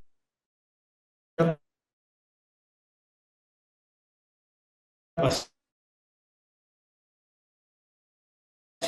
por su riqueza cultural, por su riqueza axiológica, hablando en términos filosóficos, por el compromiso de esos pueblos con la familia, con el amigo, con la comunidad y con la tierra, que creo que esa es una de las enseñanzas que aprehende Rubén Bello en el libro ese tan hermoso de Amia Ayala, En la cuna de la modernidad, ¿verdad? La Pachamama, la madre tierra, que tanto la hacemos sufrir en nombre del progreso civilizatorio de los dueños de la modernidad capitalista. Esos pueblos originarios, imaginativos, vitales, sensitivos, mal calificados como prelógicos, porque son míticos y la mítica va más allá de toda lógica, de una manera más estructurada, más metafórica, más ricamente dialéctica. Eso es el primer aprendizaje con el que me quedo y seguramente eso está aprendido en el libro que han promovido aquí. Segundo, que tiene que ver directamente con lo que formuló Isabel. Hay que seguir dando la batalla por la educación y por la cultura. Es una batalla simbólica, muy difícil, hay que darla con los jóvenes. Los capitalistas han aportado a lo sensorial, incluso con el mayor respeto en muchas denominaciones y prácticas religiosas pentecostales, están apelando brutalmente a lo sensorial. Panderetas, guitarras eléctricas, letras muy cursi, y los templos se están llenando con una enajenación total de racionalidad. No hay racionalidad ninguna. Hay unos pseudopastores ahí, lo vivo en Cuba y lo vivo acá en Monterrey, que solo apelan al éxtasis sensorialista, incluso para sacarle feligreses a los católicos que han sido un poquito más racionales y más pensantes y con una mejor formación. Entonces esa batalla es importante porque la publicidad capitalista es sensorial, apela a lo más burdo, a lo más bruto, a lo que más nos mueve como animales y no a la parte espiritual y cultural. Eso es lo segundo. Y lo tercero, y me perdonan por haberme extendido un poquitico, es que tenemos que seguir anteponiendo el sentimiento, la sentimentalidad y la cultura a las concepciones y las prácticas tecnocráticas, ¿verdad?, del racionalismo tecnológico que nos quiere deslumbrar y no nos aleja del verdadero horizonte humano. Muchísimas gracias. Invítenme, por favor, y siempre que no tenga clases, pues estaré gustoso con ustedes para seguir aprendiendo. Muchísimas gracias y les repito, Cuba está resistiendo en medio de situaciones muy difíciles, pero vamos a ir. El símbolo es indestructible. Un abrazo. Muchas gracias, un abrazo, un saludo para ti, Rolando. Lo que acaba de decir Rolando me hace colombiano, Falborda, Orlando Falborda, que es un sociólogo que trabajaba mucho en su sociología, hacía investigaciones con los pueblos anfibios. Y Orlando Falborda, un día un pescador le dijo: señor, nosotros somos sentipensantes. Esa frase la acuñó Falborda, después la acuñó Galeano, pero yo creo que primero fue Falborda el que la acuñó, un tipo fenomenal, fue uno de los formadores de la filosofía de la liberación, junto a todo un Falborda. Sí, fue Falborda, está Freire, de Enrique Dussel, lo hemos estudiado allá en Cuba mucho. Tipo sensacional. Y yo, la conclusión que sacaba era que, bueno, los pueblos originarios son sentipensantes, pero yo, en definitiva, saco la conclusión, un poco reflexionando sobre el asunto, que sentipensantes somos todos los seres humanos. Porque es nuestra contextura. Y realmente lo que pasa que, bueno, el racionalista cartesiano le aplica el racionalismo y la ciencia, digamos, mal entendida, también puramente racional. Y sin embargo, ¿cuánto hay en la ciencia de intuición? Bueno, yo tenía un amigo que decía, un sabio que decía: la intuición es la inteligencia en exceso de velocidad. Una frase fenomenal. Fenomenal. La profecía también. Y la profecía también. Entonces, lo que tú dices, separas, evidentemente, yo te estaba escuchando muy atentamente, lo que es sensibilidad, lo que es la sensibilidad de lo que es sentimiento. Y evidentemente nosotros no podemos pelear por nada que no pase por nuestros sentimientos. Si pasa solamente por la cabecita, estamos sonados. Es decir, entramos en una cuestión puramente intelectual. Y otra cosa que yo quería comentar, es decir, de acuerdo a lo que se habló, Rubén hace alusión al tema de la economía. Sí, es cierto. Esto lo dice Grofowel. No, si solamente nosotros miramos la economía como la construcción de un nuevo horizonte, estamos sonados. Porque en realidad lo que tenemos encima es un horizonte, una civilización de la muerte, que es la civilización de la modernidad. Es decir, es altamente destructiva. Y eso implica todo un montón de otros ítems, bueno, de patriarcado, todo lo que a ustedes se les puedan ocurrir. Y bueno, y esa lucha debe ser mucho más global y mucho más completa. Por eso, no sé por qué aparece este hermanito acá arriba. Por eso que Si pones un dedito de arriba. Sí. Por eso es que la máquina hace lo que quiere, cuidado. Por eso es que evidentemente nosotros tenemos que construir, yo diría, unas izquierdas nuevas. Es decir, quizás esa izquierda está en simientes, ya está naciendo en algunos sectores, pero una izquierda que realmente se dirija solamente al tema económico es una izquierda que termina reproduciendo el sistema económico inexorablemente. Entonces, tenemos que luchar con una civilización y tenemos que anteponer otro. Claro, esto es una lucha no de décadas, es de, andá a saber, de cientos de años. Poder ver una a Isabel, como hablabas tú mismo, y transmitir a los jóvenes, porque si nosotros nos ligamos solamente a la educación oficial que da el Estado y todo eso, creo que debe ser mucho más amplia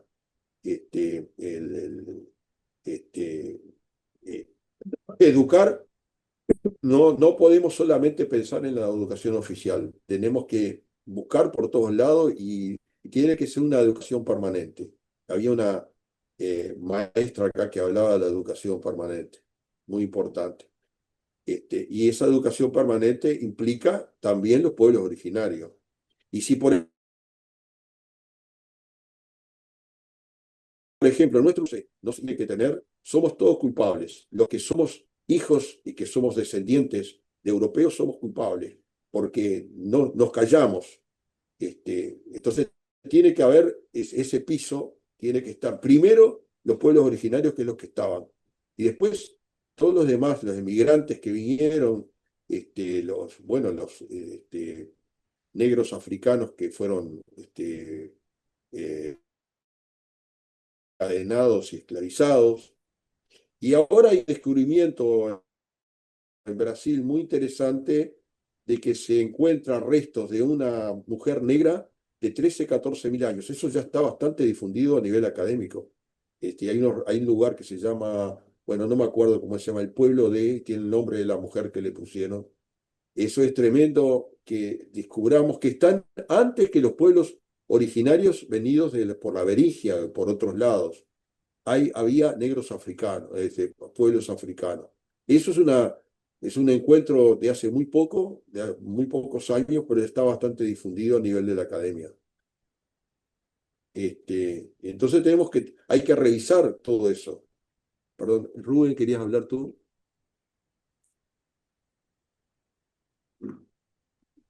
Haciendo Dios. Sí, en relación a lo que estás hablando, bueno, el otro día lo compartimos en un conversatorio que tuvimos. Yo lo compartí aquí donde yo estoy, cerca de Piriápolis, en el área de Playa Hermosa.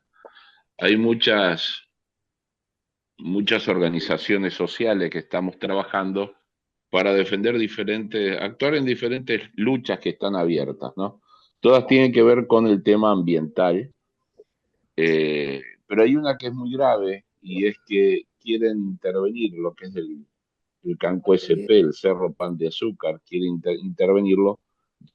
Ya se abrió licitación para hacer un complejo ahí medio turístico con un teleférico y con restaurantes y centros comerciales.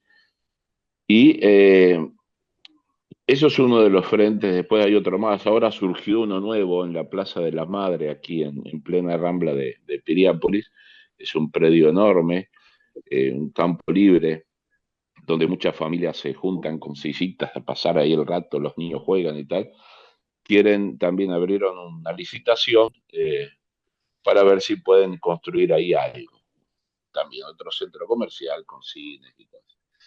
Es otro frente. Entonces, una de las cosas que estamos trabajando desde hace un tiempo, algunas personas que integramos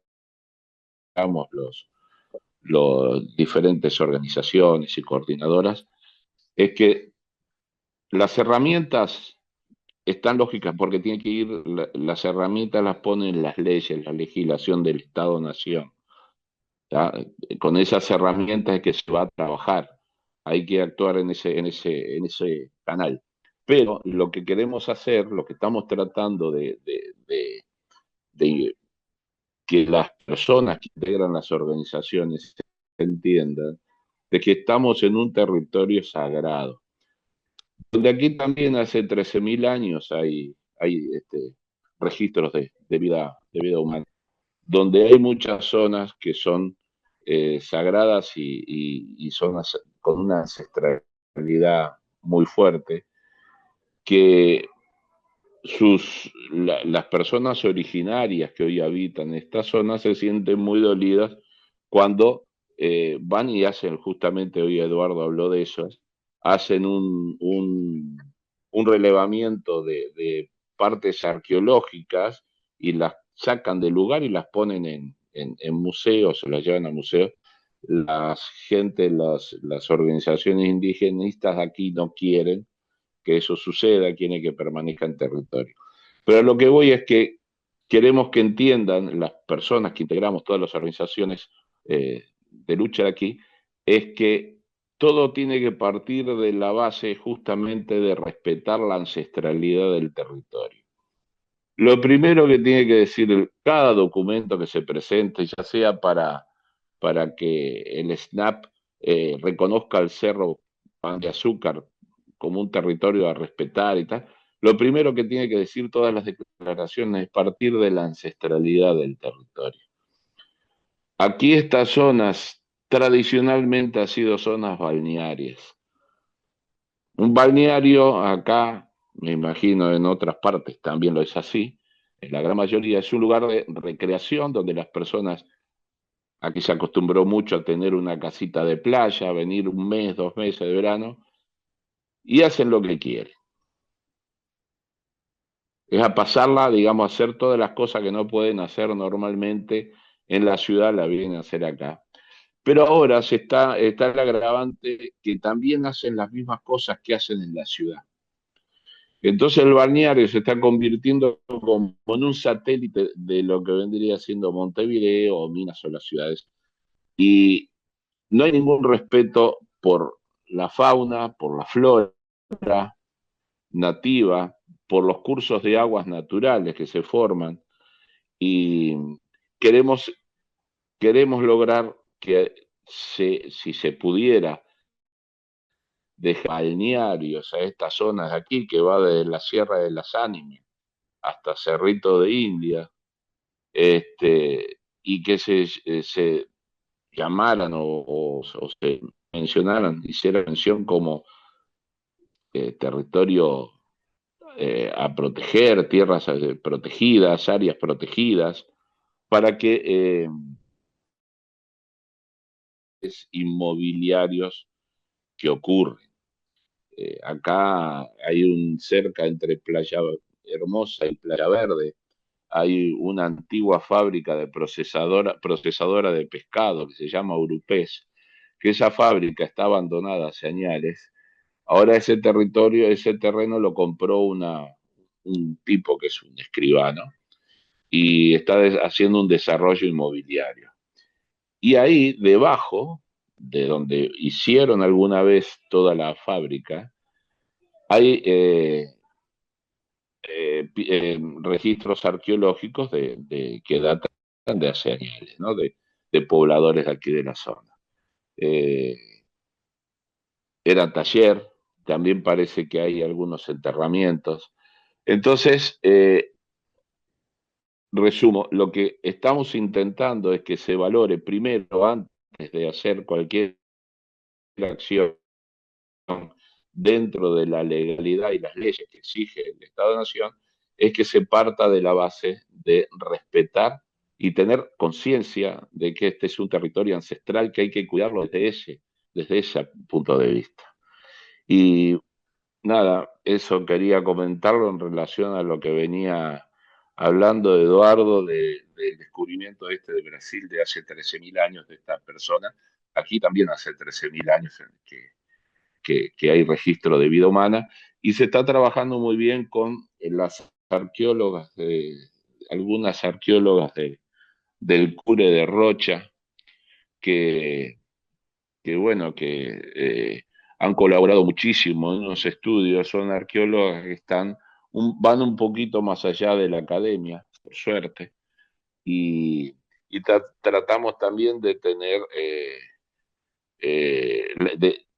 de que se involucren, como lo hacen, por suerte, compañeros y compañeros de organizaciones indígenas de la zona. Que, por cierto, y lamentablemente, ahí está un compañero, lamentablemente aquí en este territorio, lo que llamamos Uruguay, están bastante divididos las organizaciones y los clanes indígenas. Eso es algo que hay que trabajar también. Nada más. Recién audio, recién audio. A Rubén, agrego a Rubén, eso que tú dices de la, ¿se oye? Sí, sí, sí, sí. Sí, de la ancestralidad, es importantísimo. Cuento solamente un ejemplo que seguramente lo puedan conocer.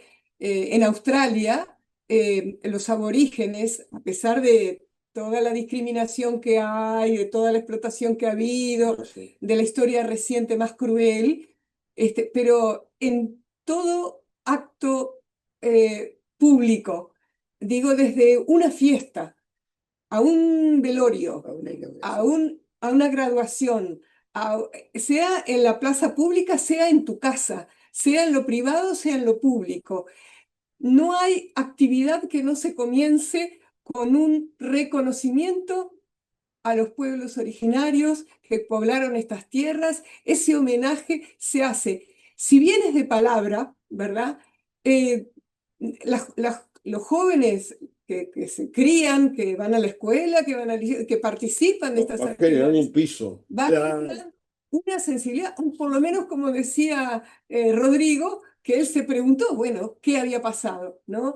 Y es importantísimo ese logro para mí, que, bueno, yo soy australiana porque también viví muchos años en Australia y trabajé con los aborígenes australianos.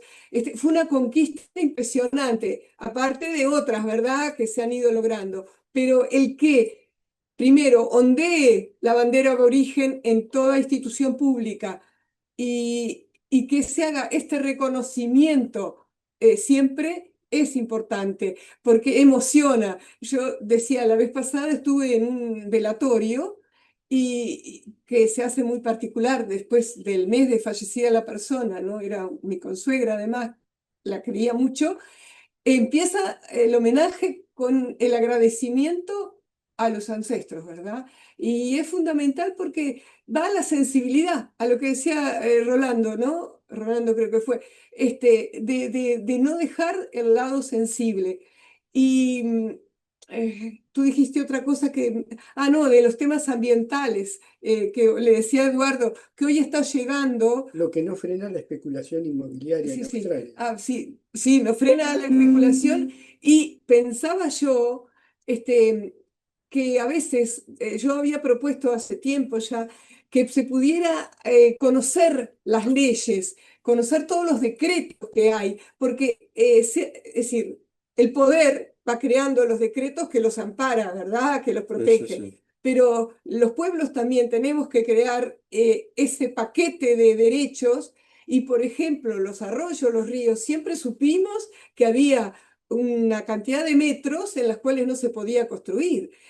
Yo que voy a Salinas desde que 70 años, más de 70 años, que no existía ni la interbalnearia, hoy estoy viendo que están en venta terrenos que están entre lo que le llaman Ruta 10 y la costa. O sea, los médanos al costado del club de Albatros, un ícono en el lugar, esos terrenos están a la venta. Entonces, vamos a tener construcciones entre la ruta Sí, sí. y el agua, como la gente que está defendiendo la laguna del Cisne, Sí, sí, sí. como otra cantidad de lugares que los arroyos Sí, sí. tienen eso que tú hablabas de fauna y flora única. Por suerte, hoy tenemos un compañero que es un referente, que está en el Ministerio de Ganadería y Agricultura, creo, que fue guardaparques, Daniel Herman, estuvo en Parador Salus, estuvo en la Quebrada de los Cuervos, estuvo en el Arequita y lo han ido sacando porque, bueno, es un defensor, ¿verdad? Y en este momento está en el tema de la evaluación cuando tú tienes un campo y quieres que se decrete no solamente área protegida, porque yo justo conozco una persona allá en Cerro Largo que quiere que un arroyito que hay, que todavía está muy virgen, que conserva su flora y su fauna, no venga la forestación o no vengan los agrotóxicos. Sí, sí. Entonces, para eso nos tenemos, Sí, sí. tenemos que defendernos y tenemos que buscar toda la legislación Porque que haya. van por todo. Van por Van todo. por Van por todo. todo. Sí, Con sí. Punta Ballena, es decir, todo lo que sea, bueno, Gaza, por favor, Sí, sí, Palestina, sí. ¿por qué están atacando y destruyendo un pueblo? Por eso mismo. Sí, sí. Pero bueno, era esa intervención. Sí, Perdón. sí. Le saqué la palabra a gente que la pidió. No, no, creo que no. Sí, sí. Y hay un término que yo siempre me resultó chocante. Cuando decís se explota tal área, se explota, porque es una explotación. Es decir, la naturaleza también debe tener su propia protección legal.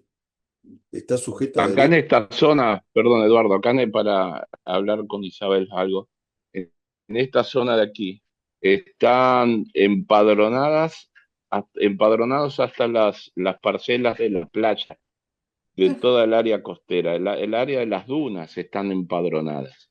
Está empadronado el Cerro de los Burros, está hecho los padrones, la división de padrones, casi hasta la cima. Lo que pasa que esto lo frenó justamente una de las arqueólogas, Laura Brum, junto con la Comisión del Cerro de los Burros, logró frenar y logró que por lo menos el cerro fuera reconocido como patrimonio departamental. Rubén, ¿qué es lo que Eh, hay en el pan de azúcar? ¿Cómo?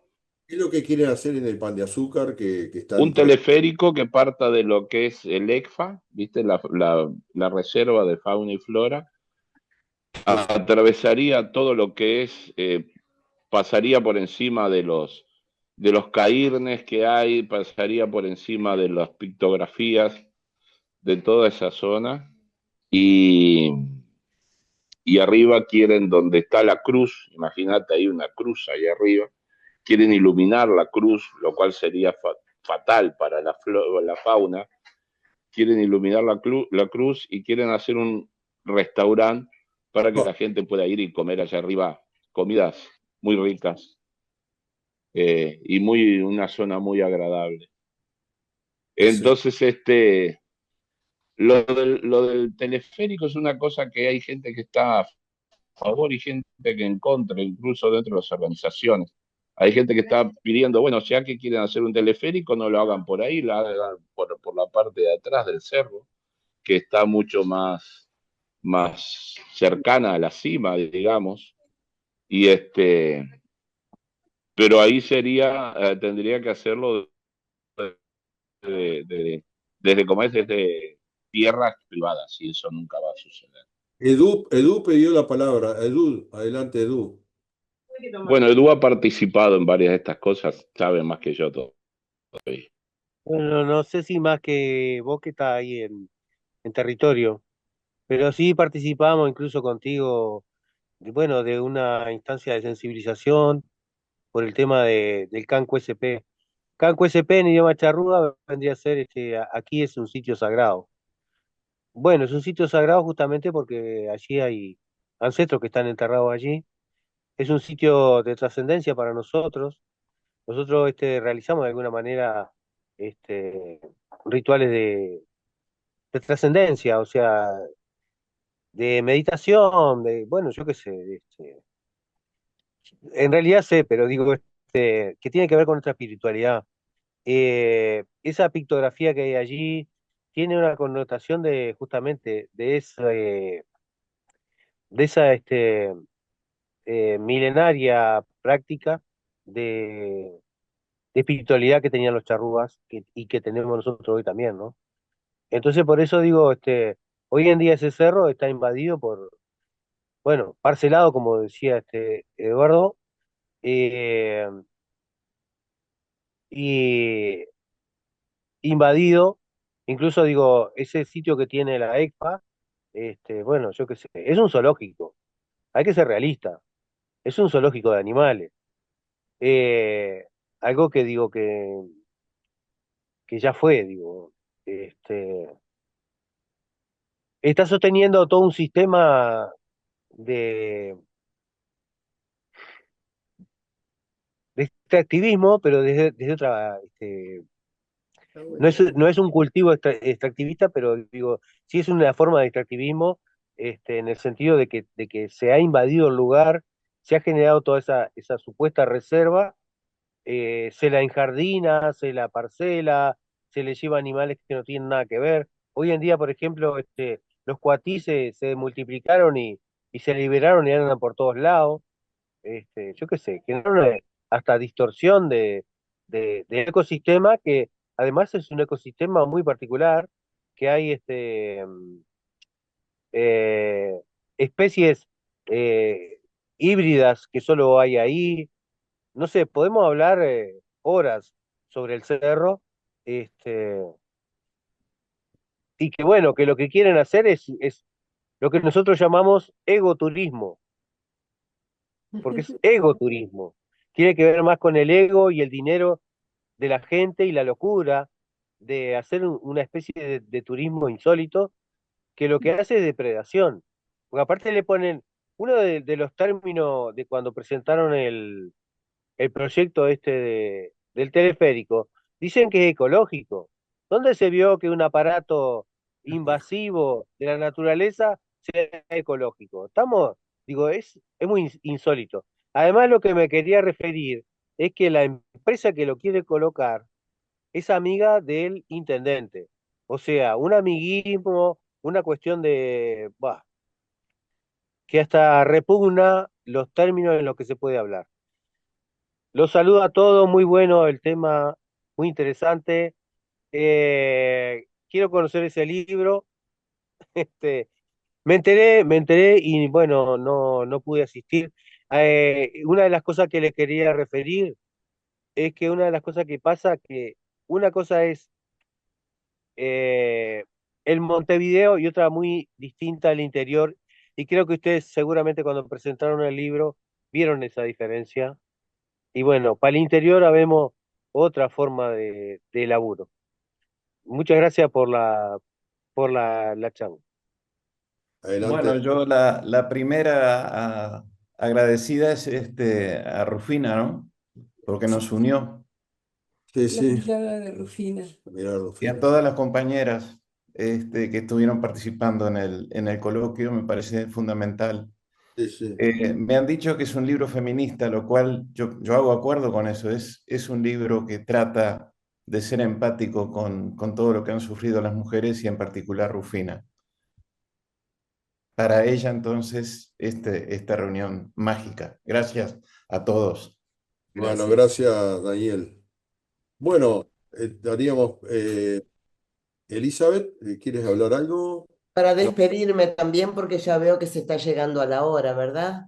está Fue un bien. placer. Espero que se repita. Y Bueno, bueno, por Daniel llega la información Libros, sí. de las distintas reuniones que van a haber y los temas que nos interesan, así que participaremos en... Muchísimas gracias. un abrazo grande y damos por terminado esta reunión, salvo que alguien... Muchísimas Bueno, gracias. gracias a todos. Muchas Encantado. Gusto de gracias. verlos. Adiós. Adiós. Roberto, Ávalo, A Roberto. Abrazo a todos. A la nada, Rambuí. bueno, Roberto se fue, no quiso lío. Es un argentino que ha estudiado sobre el tema de los cacanes del noroeste argentino. Mm. Ha hecho todo un estudio muy interesante y da unos cursos, Roberto Ábalos, un amigazo. Yo puedo agregar algo, Eduardo. Sí, Si cómo me da no. un minuto. No, me Sí, gustaría contarles, porque bueno, después nos comunicaremos, tanto a ti, Daniel, a Rodrigo, en toda esta investigación tan completa que viene sí. haciendo, interesante, el tema de los archivos de los países coloniales, ¿verdad? Tanto me imagino en Inglaterra como en Francia, Mm. Holanda, todo el tema africano, ¿no? Nosotros tuvimos un privilegio hace, diría, 20 años con Gonzalo habíamos trabajado buscando la huella charrúa, trabajamos el tema de mitos y leyendas en nuestro territorio, ¿verdad? Y llegó a manos de una uruguaya que vive en Noruega, Cecilia Abella, que buscó el... La conocemos. La conocemos. Ahí está, entonces sí, contacto con Cecilia. Y Mm. se hizo el grupo ese uruguayo en Noruega de que fuéramos, ellos estaban investigando sobre el tema de los lapones. Ah, Mm. Toda la parte de esta mítica, de mitos y leyendas, y entonces nosotros, Gonzalo y yo, nos llevaron a Noruega, para nosotros fue fascinante estar 15 Para hablar de metodología, para hablar de de... reconstrucción de memoria anciana. Ahí Claro. está. Y trabajamos allí en la universidad, y también, bueno, supimos participar en el grupo que había muy, muy fuerte, El Uruguay Grupa. el Uruguay Grupa, Claro. que estaba en Noruega con el Latinoamérica Grupa. Mm. Pensaba yo que era un nexo interesante porque ellos también habían Se ve que ya lo tiene. trabajado en el tema de... Sí, aquí es muy fuerte. Para hacerte nosotros conocemos a Cecilia y aparte hemos trabajado en nuestra organización. Nosotros estamos en una asociación que se llama LATICE, Latinoamérica en el Centro, que tenemos en estos momentos, que estamos terminando un proyecto de 7 años en Bolivia, La Paz, con mujeres en situación de vulnerabilidad, en situación de calle, madres jóvenes. Y con Cecilia hemos trabajado mucho el tema hemos hecho un conversatorio, organizamos un conversatorio sobre la situación histórica de la mujer en Uruguay, visto por las ancestrías, en la cual participó Beatriz Ramírez y Mónica Michelena. Así que con Cecilia hemos trabajado mucho. Pero para contarte una chiquita antes de terminar, ya que tú lo tomaste, Rodrigo habló del biólogo sueco Rexius. Él es padre ideólogo de la biología racial en los países nórdicos, ¿no? Lombroso en Francia. Bueno, Lombroso. sí, pero lo interesante es que su hijo siguió ese camino. Y llegamos a la Segunda Guerra Mundial. Y a partir de la Segunda Guerra Mundial, los biólogos que estudiaban todo el tema de razas, hicieron un estudio, bueno, no sé cómo decirle, fue una violación de los derechos humanos del pueblo sami, tanto en Noruega como en Suecia como en Finlandia. Todavía no se le ha pedido perdón, que son los pueblos originarios de aquí. Y se han hecho estudios comparativamente a lo que se hicieron en el 1800, de la misma forma. Todavía no ha habido ni siquiera del Estado sueco un pedido de perdón, siendo que los samis están considerados, es una lengua oficial en Suecia, ¿no? Entonces, es muy interesante todo el tema de los pueblos samis que están en el norte. Tú dijiste Laponia, ¿no? Lapones. Es lo que yo entendí que estaban haciendo en Noruega, ¿verdad? Claro, pero Lapones le decimos nosotros de una forma porque la zona geográfica es Laponia, pero el pueblo se llama Sami. Mira, también Pueblo aprendo. originario. Es muy interesante y tiene muchas cosas en común con las ancestrías nuestras. Claro, todas las ancestrías. Y hubo todo un asunto de que inyectaban a las mujeres para que no pudieran tener descendientes. Es verdad. Fue toda una cuestión que se hizo. O sea, no hace tanto, ¿eh? No. Yo creo que se prohibió el estudio genético de los samis en los años 60. No hace tanto. En Australia pasó lo mismo. En Australia hasta los 80. En Australia tenemos el mismo problema. Sí. Muy semejante. Pero estamos hablando de un país como Suecia que se supone que es la cuna de la igualdad y del estado de bienestar. Hoy en día los samis aquí en Suecia tienen su propio gobierno regional, se podría decir, de autoridades, pero muchas veces tenemos más estatus nosotros, los inmigrantes que venimos de otro lado, que ellos. Y el extractivismo que hay allá. Bueno, Y y todo el problema del estativismo que hay en el norte es impresionante, porque es donde están todos los recursos naturales. lo que tú dices, Elizabeth, ¿no? Sí. De los Sami, no están unidos porque digo, si es la región con Noruega, Sí, están bastante unidos, pero de todas formas, viste que el colonialismo también puso sus fronteras. Aparte, históricamente también hay algunas diferencias, los finlandeses y los rusos también, Rusia también tienen samis, tienen sus diferencias, entonces, aquí en Suecia, no sé la situación de Noruega, no estoy, pero el gobierno sueco hasta hoy no ha pedido disculpas, no ha pedido perdón de lo que se ha hecho. todo un tema. Yo creo que Estamos por terminado y estamos en contacto. Gracias. Bueno, Vale. encantadísimo, Gracias. muchísimas gracias. Cuídense Gracias mucho. a todos. Cuídense del frío. Y Gracias a todos.